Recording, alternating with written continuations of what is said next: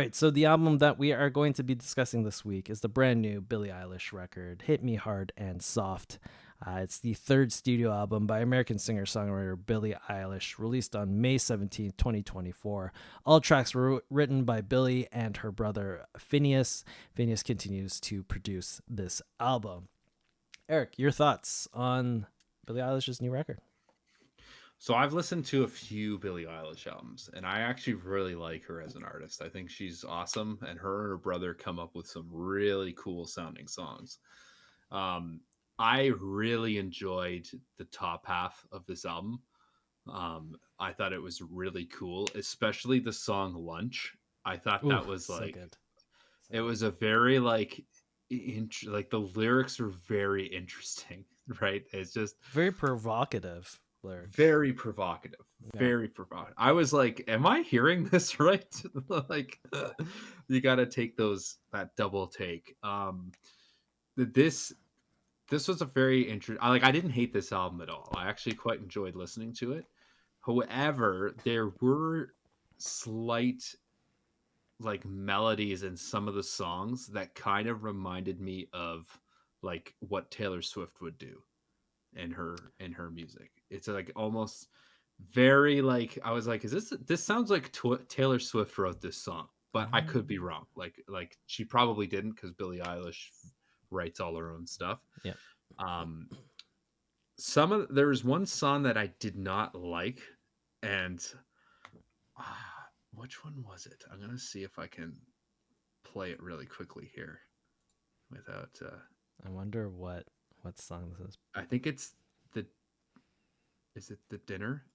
Chase Dragonfly says Billy does remind me of Taylor Swift.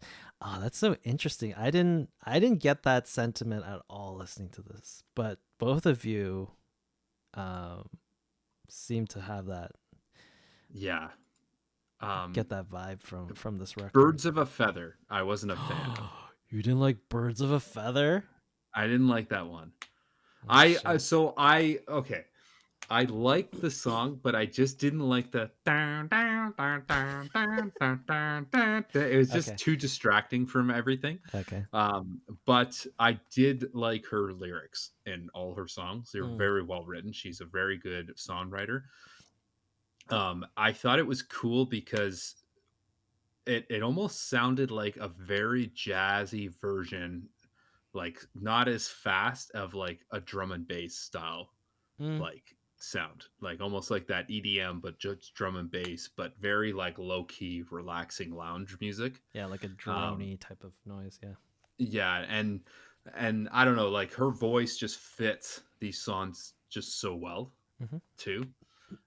But I actually didn't hate this album, but I don't think it's her best. Oh, interesting. Uh Okay, I guess on that note, my background is I've never listened to Billie Eilish ever. So this is my first real introduction. Obviously, I've heard her songs on the radio, but I've never really had an interest in actually listening to her first or second record. So I'm going to start with this one. I actually really like this record. I think it Mhm. is.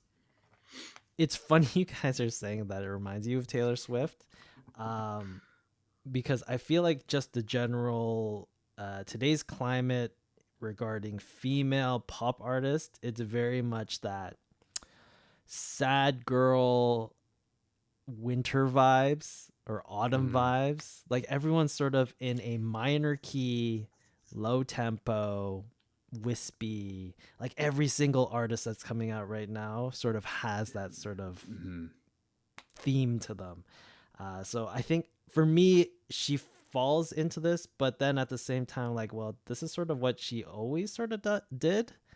Mhm. Um, so I'm not sure, like, you know, if that should be, if that's a fault of hers or not. But I really like this record.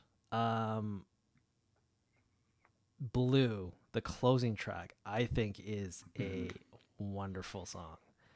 I I Mhm. appreciate it because I think at this point it's like not trying to follow standard songwriting conventions where it's a verse chorus verse chorus. Blue is I think three songs mashed together. Like from when I was listening to it, I was like, is this the same song that I'm listening to? It like has so many like shifts and pauses. I'm just like, what's going on in the song? And it's still like groovy and it's still really catchy, and I'm just like, this is so great. And then it references previous songs on the album in some of the lyrics and some of the Mhm. melodies. I'm just like, this is a wonderfully crafted song, and it's not your standard verse chorus type of song.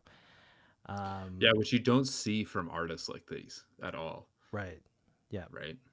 Yeah. So I really like this record for that reason, because it just wasn't cookie cutter of a Mhm. record. I couldn't predict what was going to come next. I was always like listening to it and just surprised by what happened next, Mhm. which is actually like, I love that, because like there's so many records that come out these days that I'm like, oh yeah, I would have written it the same way.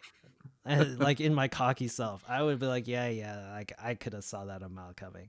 Like obviously you're gonna have a key change here. Obviously Mhm. you're going to like rhyme this word with this word.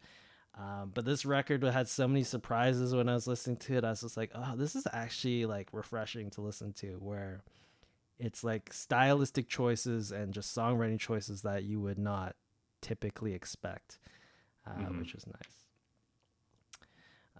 Chasing Dragonfly says Billie's first album reminded her of Taylor Swift. Also, Mhm. interesting. I It's like I might have to go listen back at this.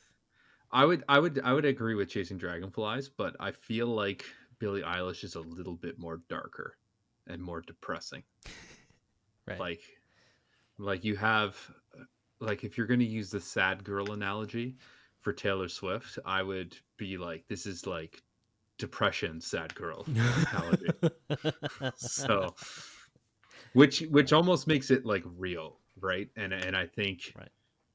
it's some of her songs are very dark, Yeah. right? So and I kind of like that almost whimsicalness of that Mm-hmm. in her music, especially I guess, and I'm gonna counter what I said before. Birds of a feather. It's very happy sounding, but it's a sad song, Mm-hmm. right? Yeah. So Yeah. yeah. There's definitely a through line through this whole album, which I also appreciated, where it was Mhm. one sort of feeling or emotion that encapsulates the whole album, but all the songs did not blend together. Like Mhm. it's very hard. Everything was different, which was Yes. nice to hear. Yeah, Yeah. it's especially like the Dua Lipa record, right? The whole Mhm. purpose of that record was to write a happy album, so every song had to be happy. But the problem with that was every single song sounded the same, because Mhm. that was the mission statement of that album. This album, on the other hand, obviously everything is sad, but all the songs sounded different, which is like, that's very difficult to do. And like, Mhm. this is great testament to this record and the songwriting. Absolutely.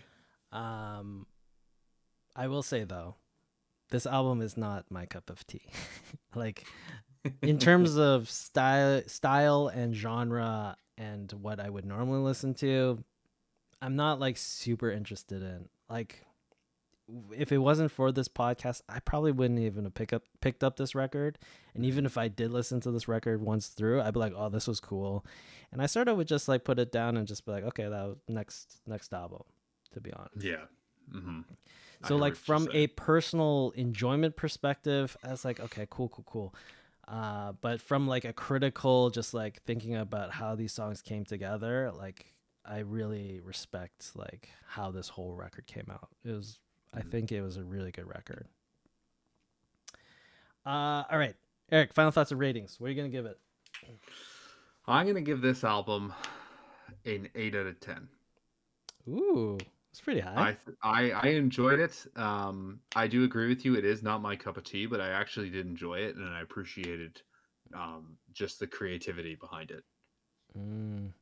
I'm actually like right there with you. I'm gonna give it a little higher, 8.5, 8.5 out of 10. Just gotta. Yeah. This year you've been always just outscoring me. I feel like I'm the dick this year, giving the low scores. um, just because like I don't think Mhm. it is that 9 just yet, but like I can't, you know, it's Mhm. it's it's a really good record. Like I think people really should listen to it. and it just has a really cool vibe to it, and I really appreciate that not all the songs just blur together, right? And then Blue, the closing track, it's just like this thing's a masterpiece. It's so good. Okay, cool. Well, that was our discussion on "Hit Me Hard and Soft" by Billie Eilish. I don't know why we do this, but next week, Yes. if you're gonna follow along with us, The greatest episode that has ever aired on our like time on Twitch. so if you're following along with us every single week, the album that we are going to be discussing Which is the is album that will make us famous. This will make us just go to is the the moon. brand new William Shatner record, "Where Will the Animals Sleep? Songs for Kids and Other Living Things." The greatest. This is gonna get a 10 out of 10 for sure, ladies and This gentlemen. Look at this album. Like, what is this album cover? Why is William Shatner here in the middle of all this? Because he's our Lord and Savior. That's why I can. Look at this record. This album cover is so ridiculous. It's funny because is that a book he's holding or an iPad? Okay, I have to zoom in. I need to know. Look at how happy he is. Look at how happy I, and genuinely happy I he is. actually don't know. He is about to educate the children. Okay. Is that an? I think it's a book. I think the I bottom think folds a it could little be bit. it could be an iPad. He was on Star Trek. So Why is this dog here? well, because the dog. I don't know. Why is this dog here? We will analyze everything about this album next week's episode. I hate everything about this record already. I feel like you're gonna like half listen to this for the week. Anyways, William Shatner's "Where Will the Animals Sleep? Songs for Kids and Other Living Things" will be the record we're going to talk about next week here at twitch.tv/the Crossroads Music Podcast next Monday, 10 p.m. ET, 7 p.m. PT. I don't know. Catch us on Spotify, Apple Music. I don't know why anyone would want to listen to this garbage. Thanks everyone for tuning into this podcast. Thanks Chasing Dragonflies for the raid tonight. Eric, any closing thoughts, statements, words of enlightenment? Nothing at all. All right. It's not better than the Joshua Tree.